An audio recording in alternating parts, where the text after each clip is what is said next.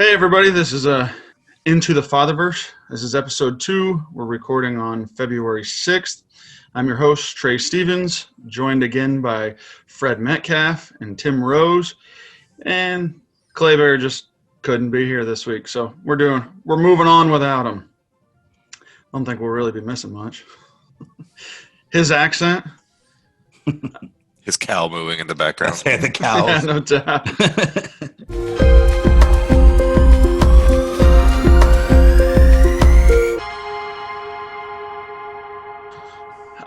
So we're going to go ahead and start off with, again, what we've been doing this week, playing, reading, watching.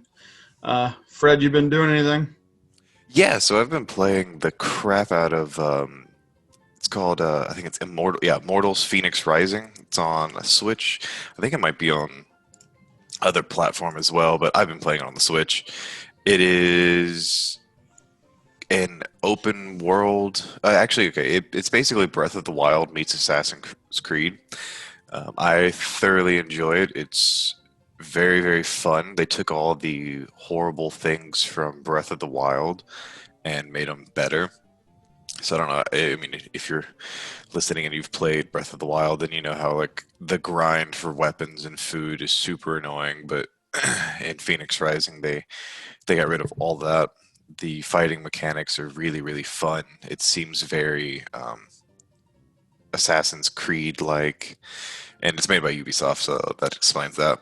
But yeah, no, it's a lot of fun, and I've been playing. I think I got 20 hours in it so far, and I'm only halfway through the game, but that's just because I keep doing all the side quests instead of actually playing the game. Yeah, that's what I've been doing. It's a lot of fun. It got major fanfare all the way up till its release, and then it was released. The marketing kind of died down for it, which I was kind of surprised by that. Yeah, it's super fun though. Like I've not had any issues with it. It's very well made. There's no bugs that I've noticed. Literally everything that I hated about Breath of the Wild, they took and improved on. Like Breath of the Wild just had asinine puzzles, and they were just strange puzzles that just got really annoying and boring, and they just way too complicated.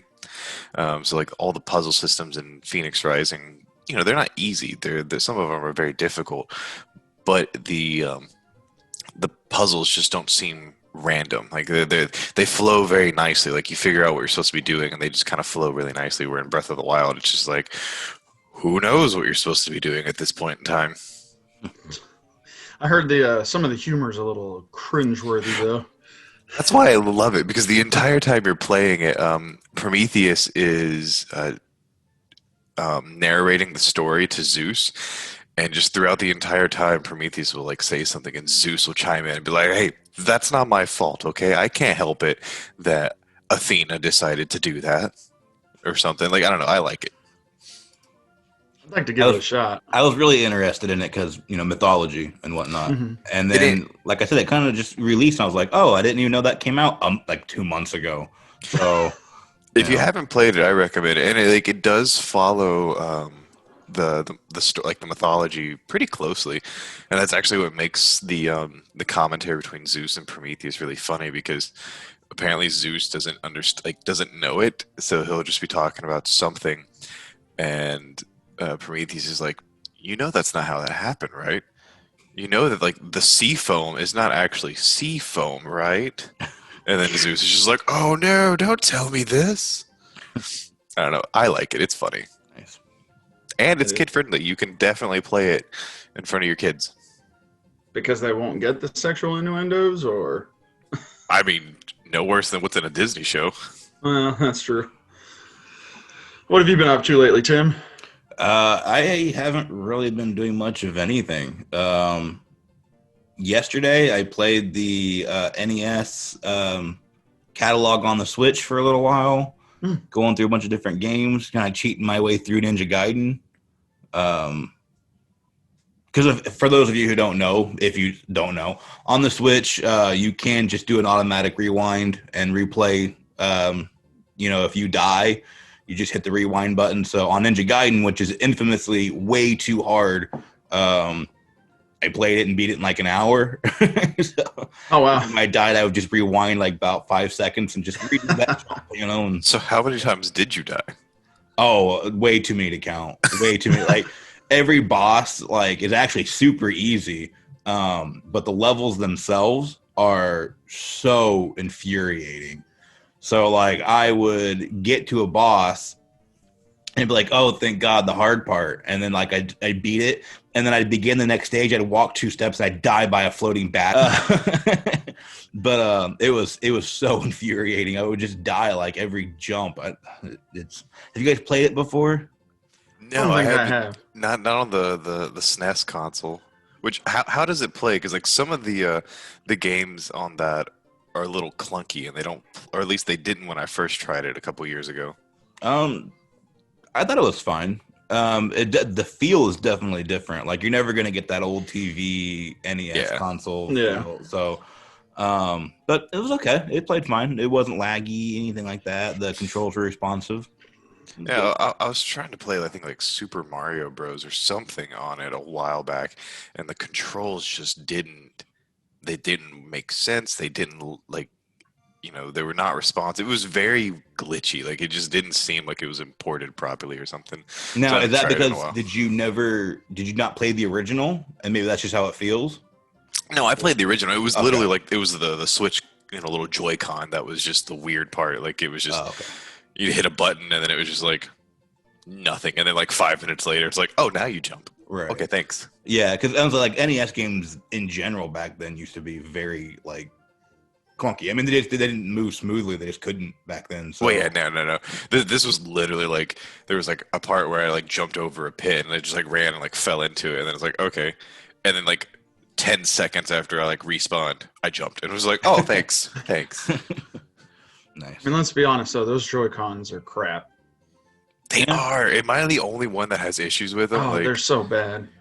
No, my I had my Switch for like a month before I started getting drift problems. Yeah. So. okay, so that okay, yeah, I bought because it came with the two just the gray ones, and then I bought two colored ones, or I guess just a solid like one colored set, and for when my sister and stuff comes over, so we have enough to play with everyone, and it's already the blue one or the right one is just drifting hardcore. I can just leave it sitting there, and I'll be playing a game, and next thing you know, the character's just looking all over the place. No. Spend the money on the Pro controller. It's well worth it. Well worth it. The only reason why I have the Joy Cons at this point is because of my kids. You know, Yeah. Yeah, one is basically two controllers, so yeah. you get your money's worth. But yeah, they break down so easily and so quickly. Mm-hmm. Do you Yeah. guys watch Jerry Rigs Everything on YouTube?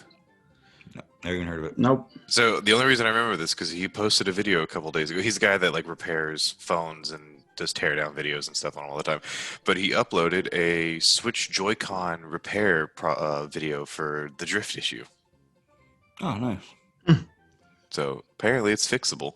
Yeah, Yeah. I've done enough YouTube videos to know that I could, open it up and get my kit out and start crossing wires. But I don't. I'll just buy a Pro controller. Yeah. Yeah. So I've actually been, thanks to Fred, playing a lot of Smite. Holy cow. I last week was definitely letting Fred just go underneath the water because I wasn't listening to a word he was saying about Smite. But oh my gosh, was I so wrong. That game is so good. Thank you. At least you finally recognize the errors of your way. Yeah, I did. I mean, what was it? The day after we did this? Maybe 2 Yeah, it days was after? literally like the day after you finally downloaded it, and then this dude has been obsessing over it nonstop. I think I played 2 games on the free version, and yeah, I said, okay, I'm going to spend the $30. Well worth it. Well So worth it. was it 30? Yeah, it was $29.99. But Okay.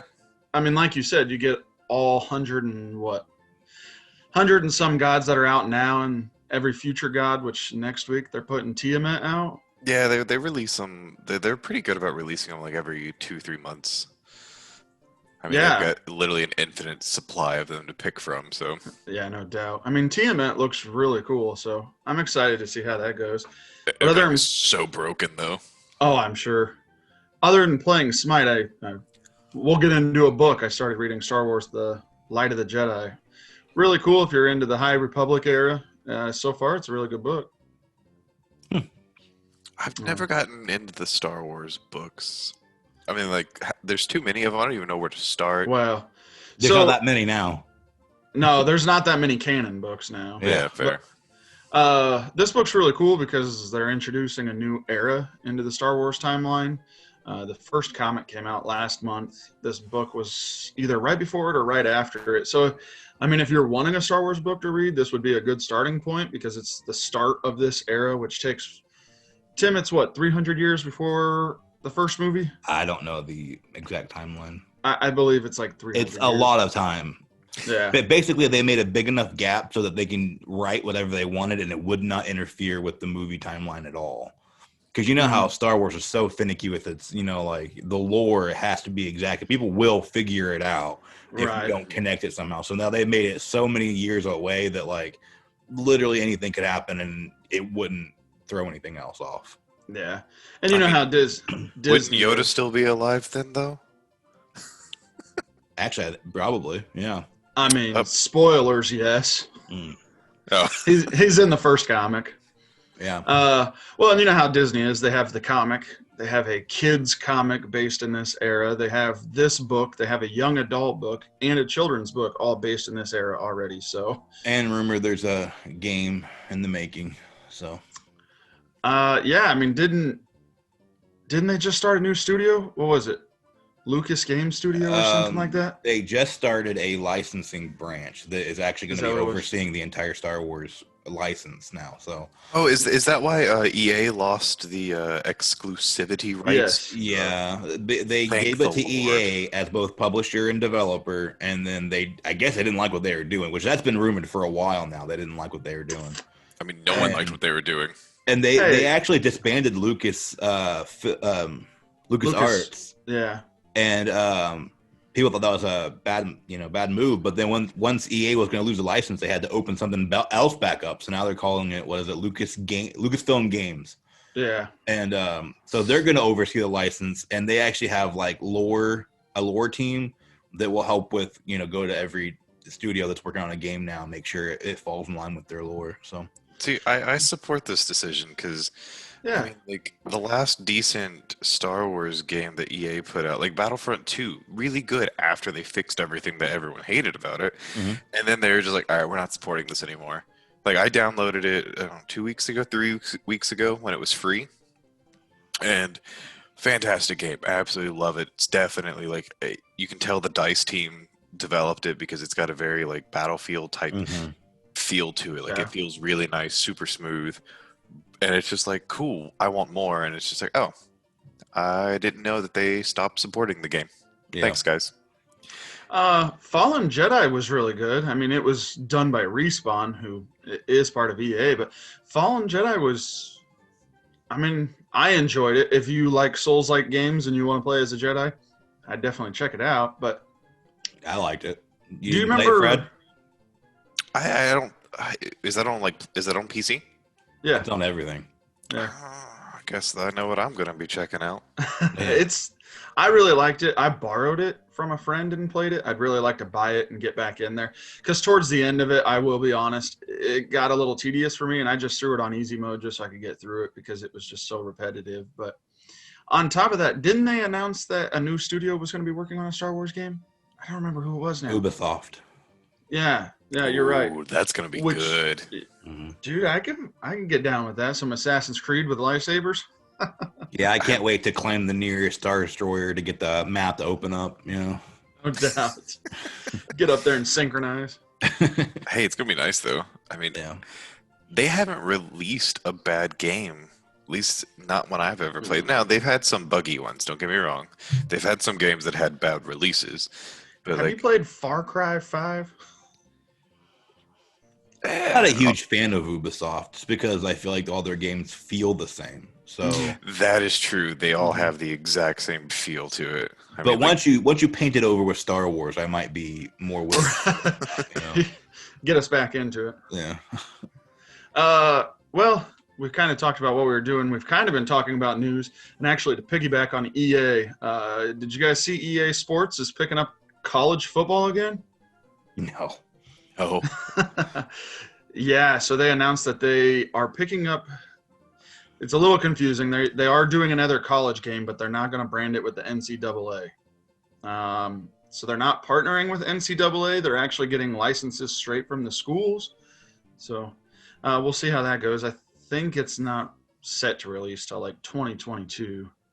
Did either of you play the NCAA college football? No, I'll be honest. I've never been a fan of sports-based video games. Same. Yeah. Yeah.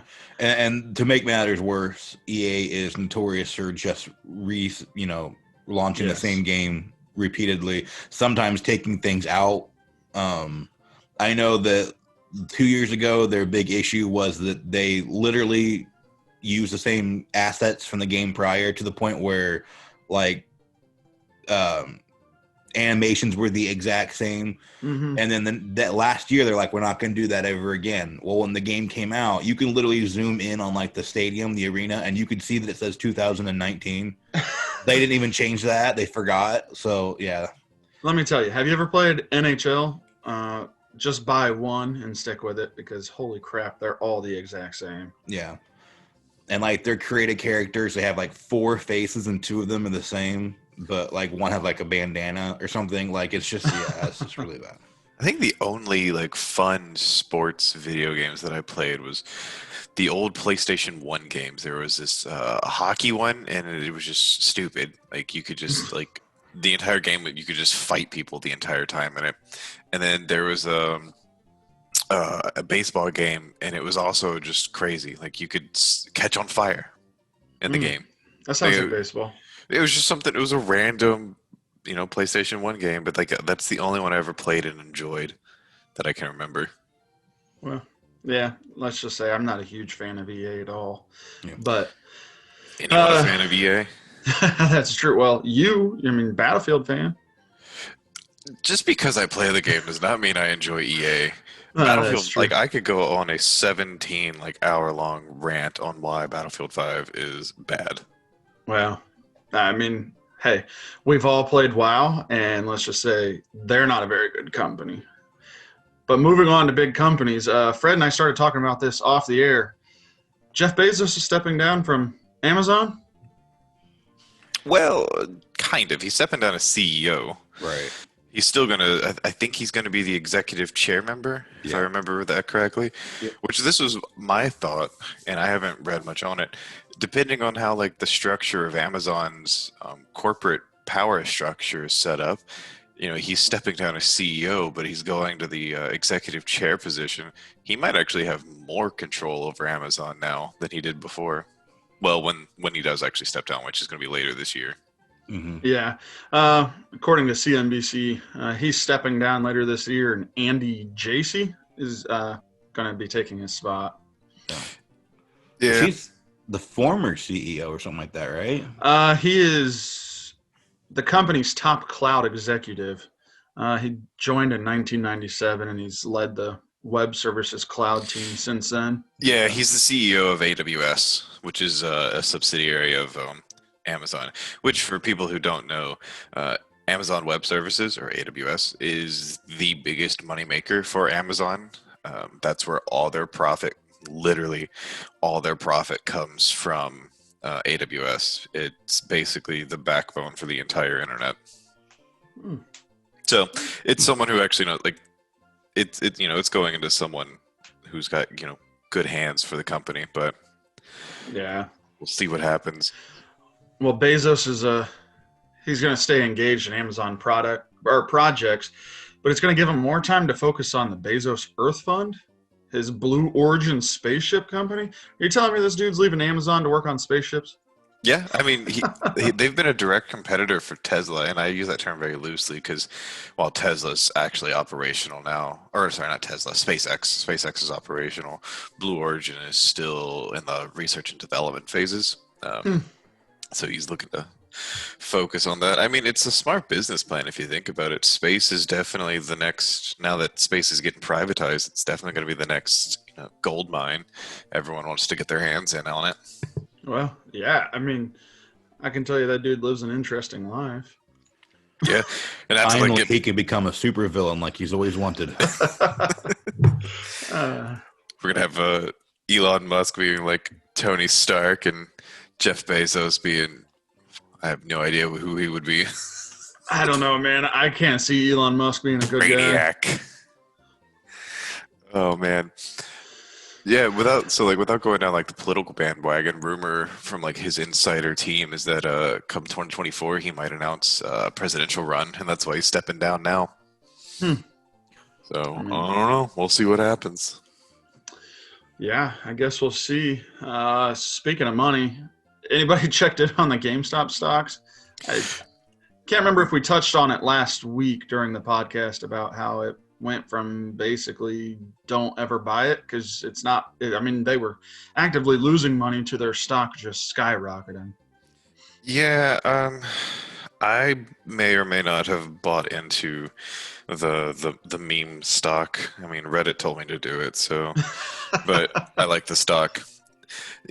Yeah, no, it crashed hardcore. There's a lot of people that dumped a small fortune into it, and it definitely crashed. But diamond hands, man, we hold.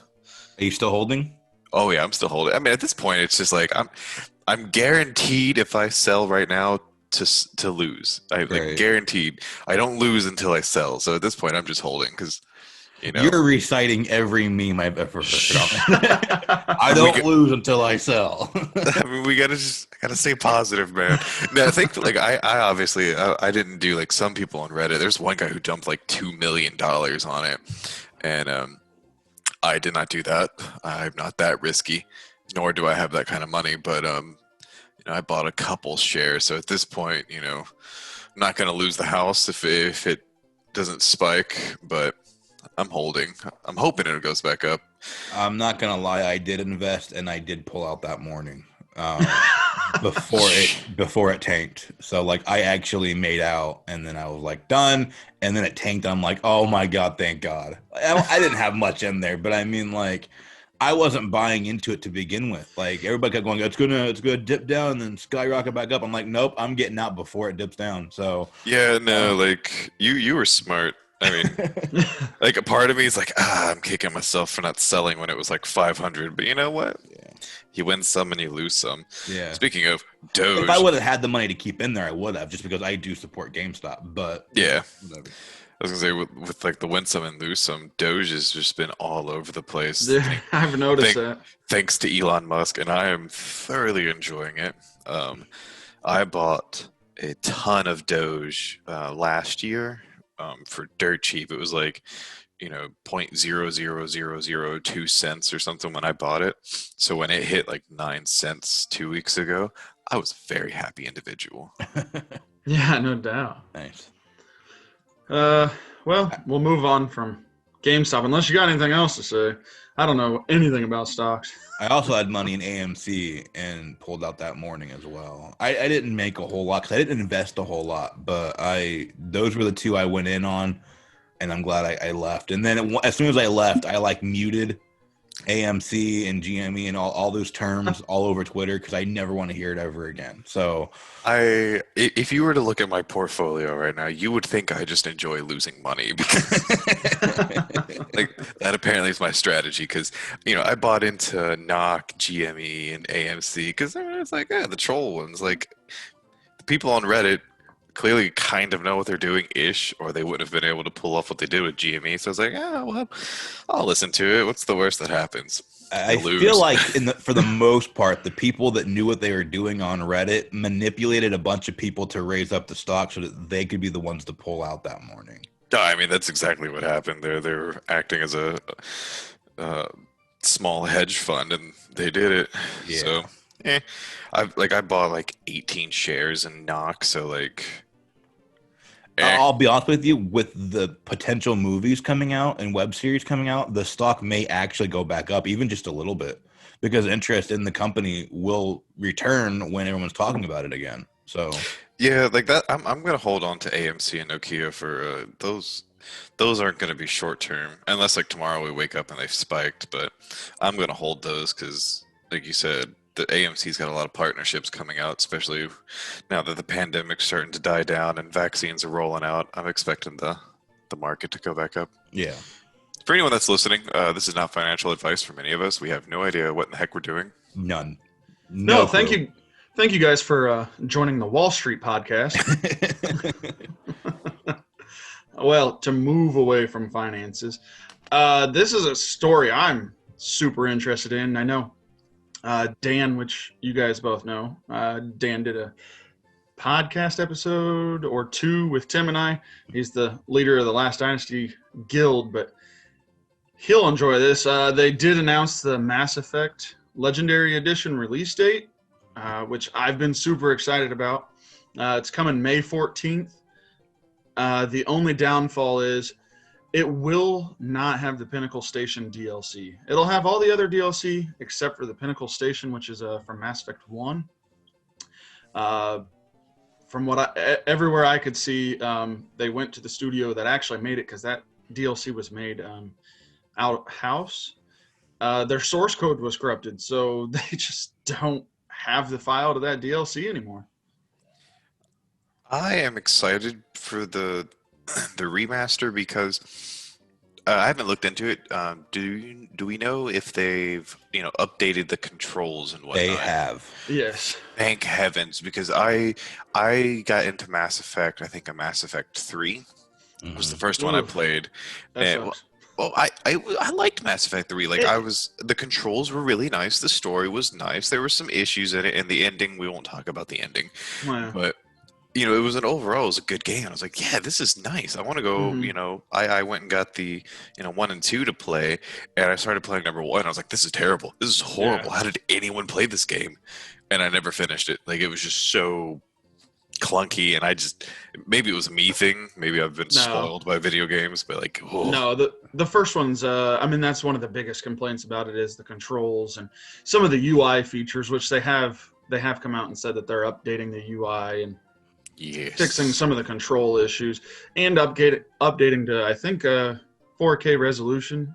I don't remember if I saw HDR in it or not, but yeah, and again, we're having the same option of 60 frames per second HD, or 4K but 30. So it's like, do you want graphics or do you want performance? So right, which realistically, 60 frames, I'm sure the graphics will be fine, because that'd be a game that would probably be a little hard to play in 30, especially depending on what class you go and what abilities you're using. There's a lot of stuff on screen.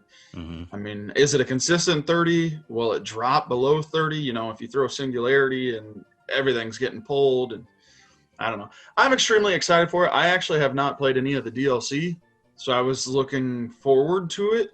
A little bummed out that I can't play Pinnacle Station, but I'm pretty sure I have it on PC if I really wanted to play it on the original. I've never played a Mass Effect. So. Really? Get out of here, Tim. Because I was running into the same issue that you actually ran into, Fred, which is that I didn't want to go back to a game that's dated that far.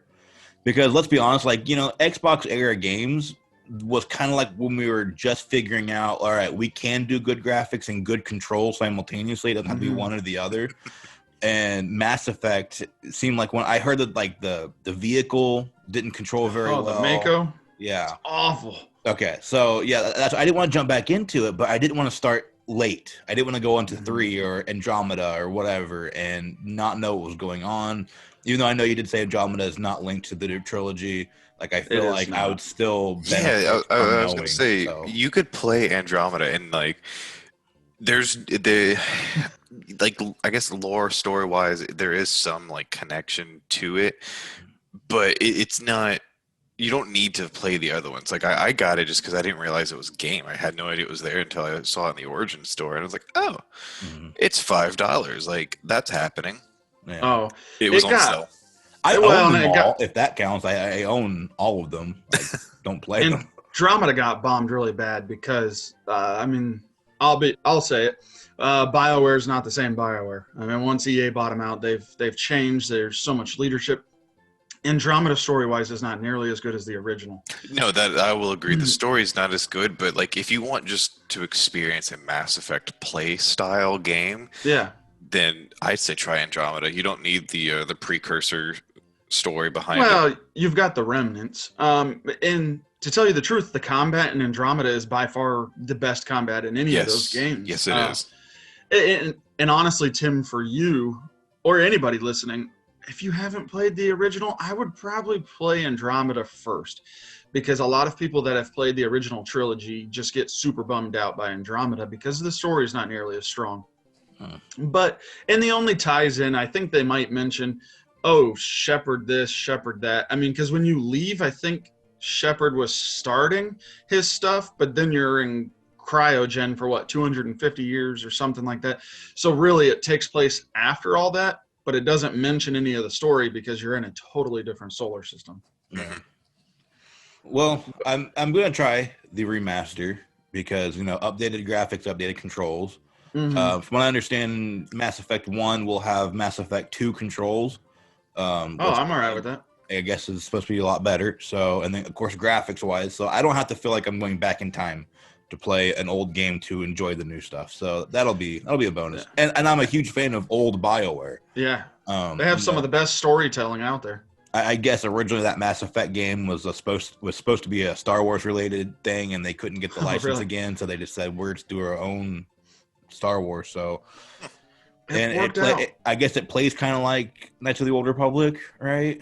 A bit dialogue trees and all that good stuff. Yes. It's got the BioWare dialogue wheel, and the choices you make impact it. I mean, right.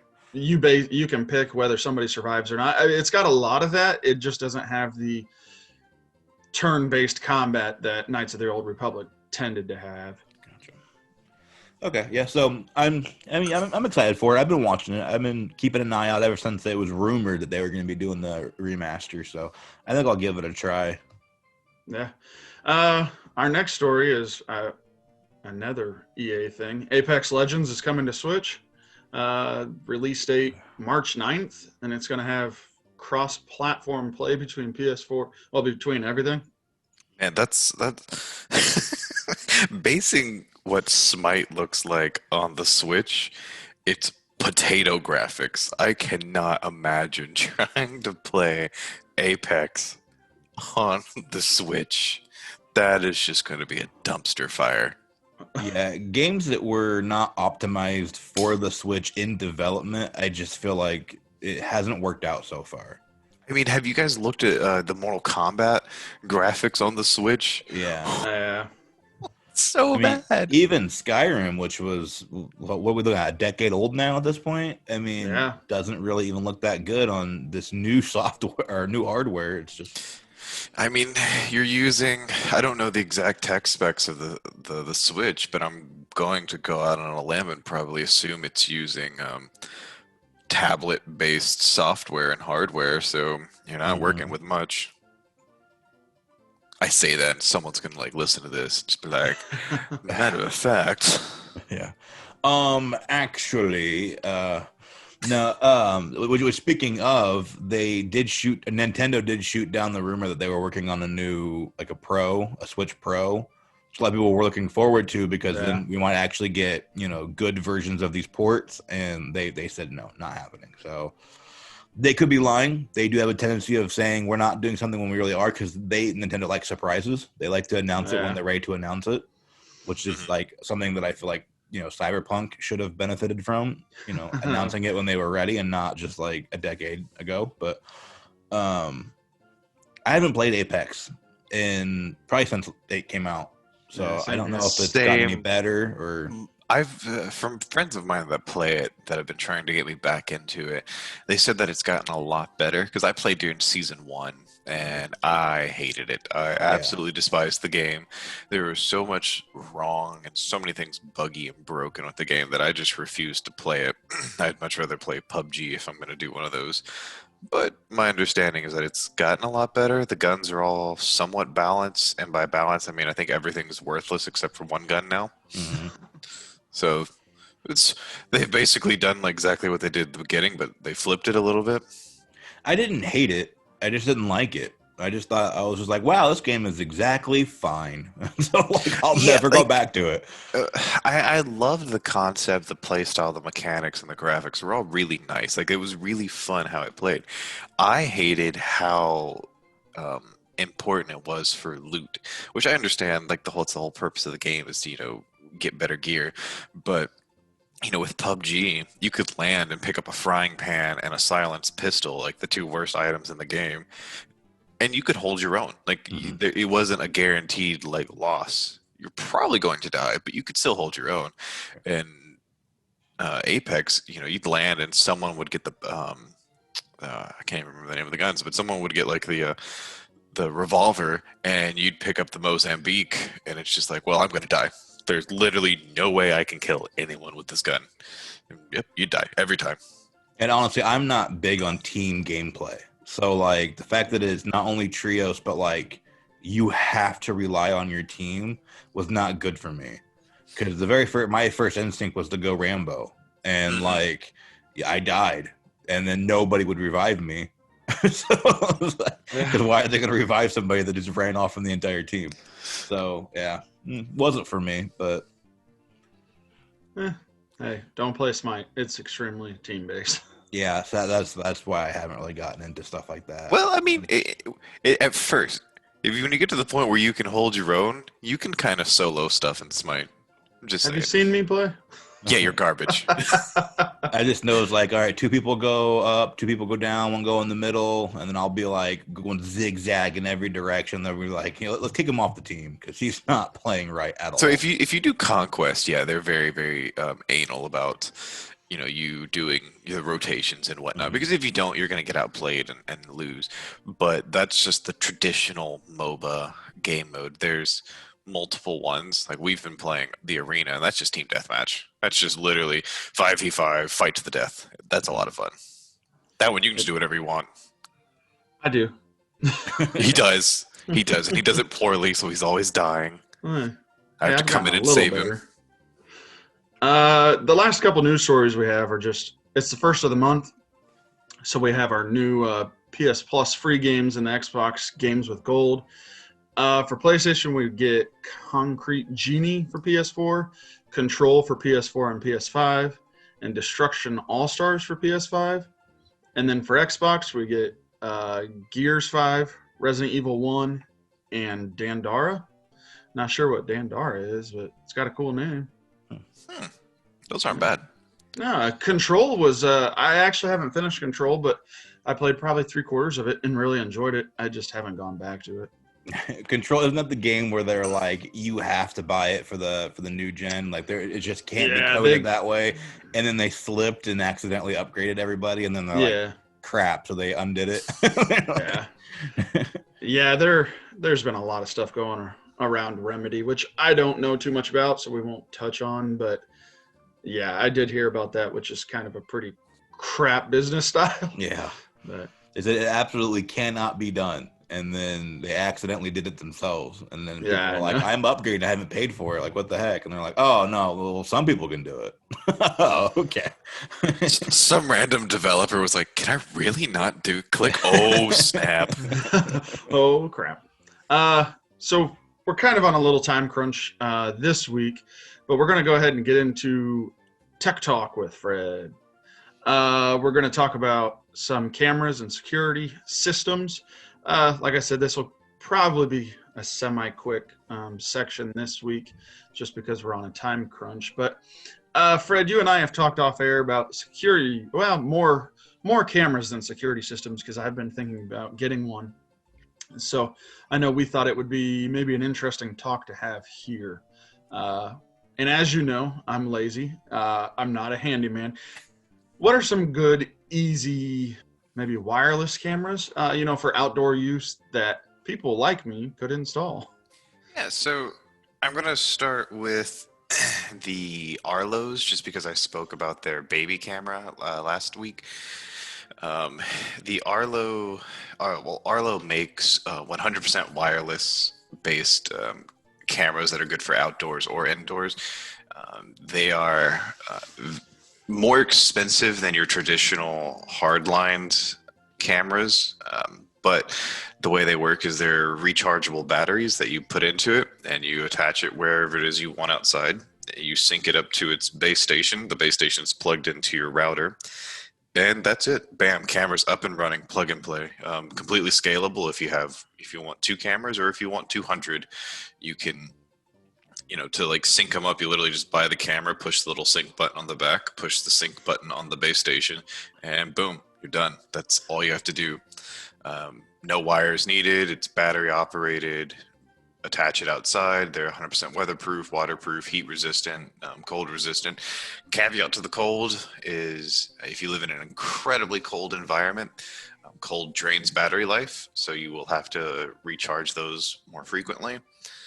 The Arlos that I had, and I had the lowest model Arlo, which is like literally Arlo V1. Um, I had to replace the batteries during the winter about every, I don't know, 7, 8 weeks. During the summer, it lasted about 3 to 4 months in between battery Oh, wow. charges.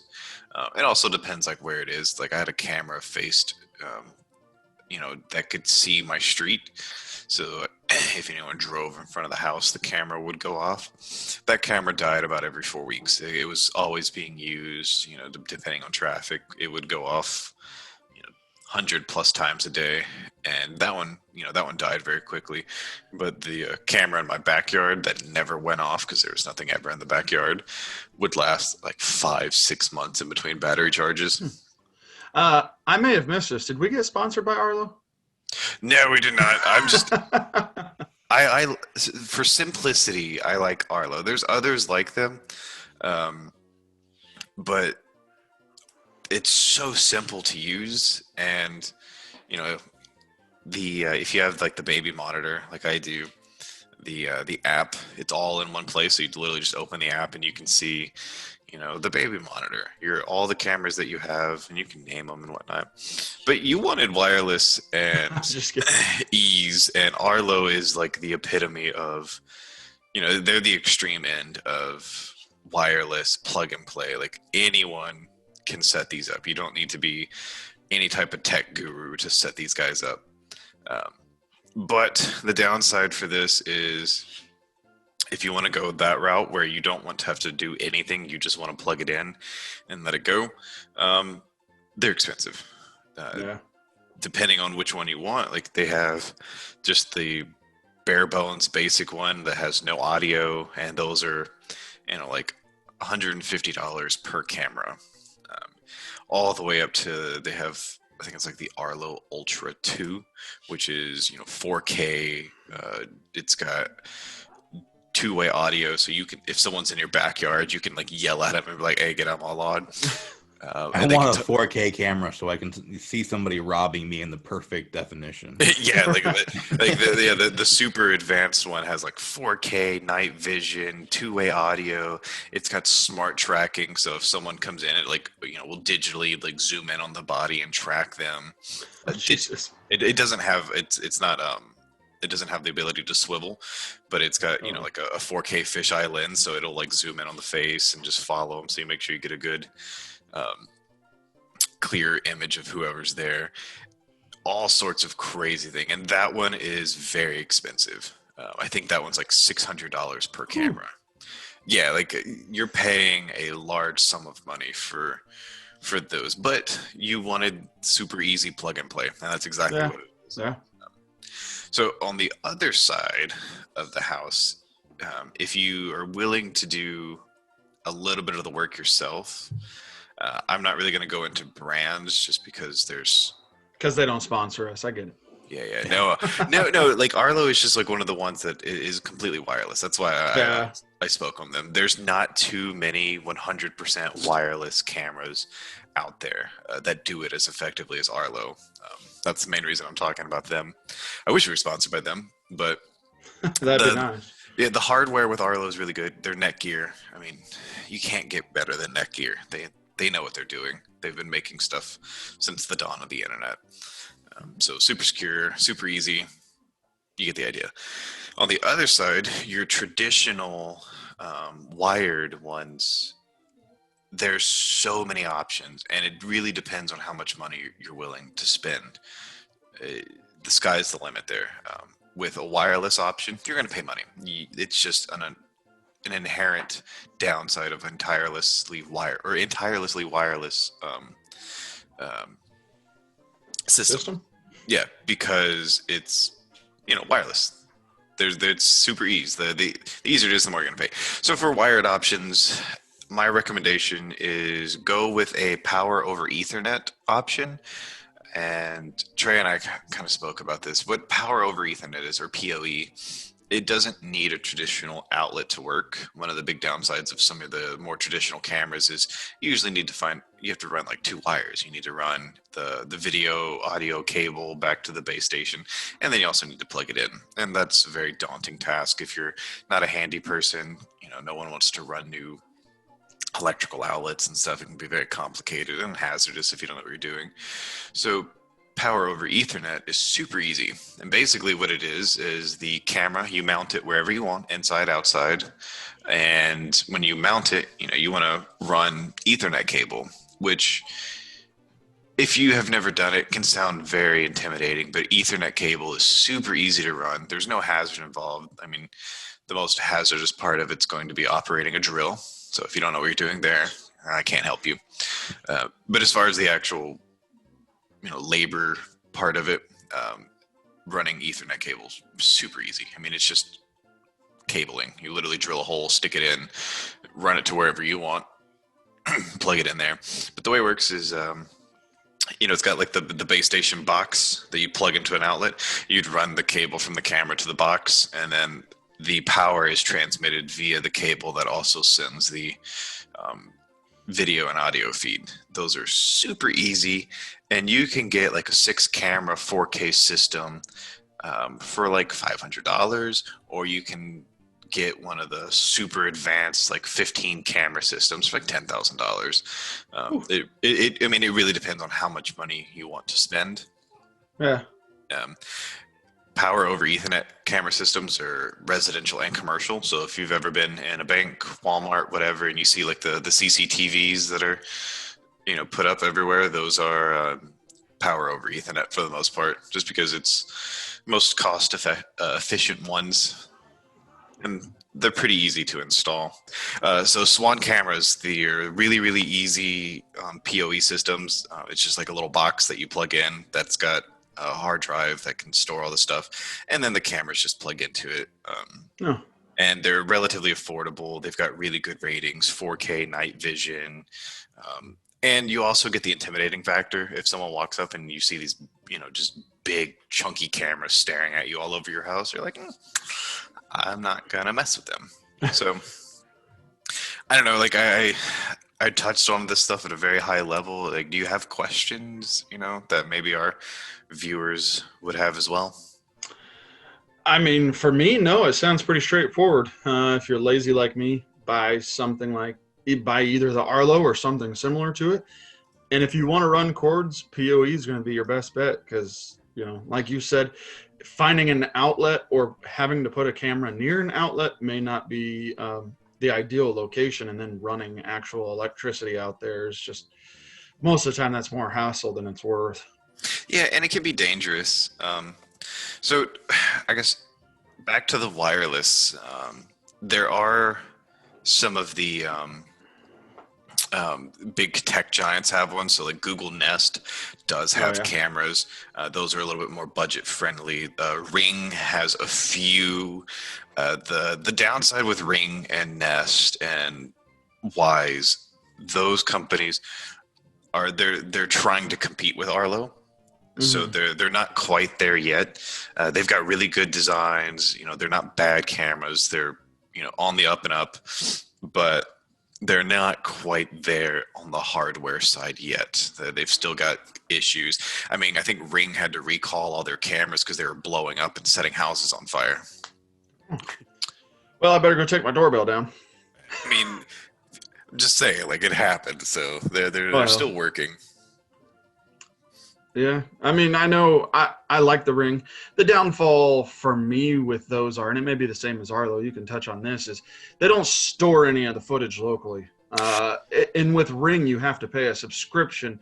I mean, I think they store maybe 2 hours, maybe. So the way Arlo works, and this is also why I really like them, included in the purchase is 7 days of cloud storage.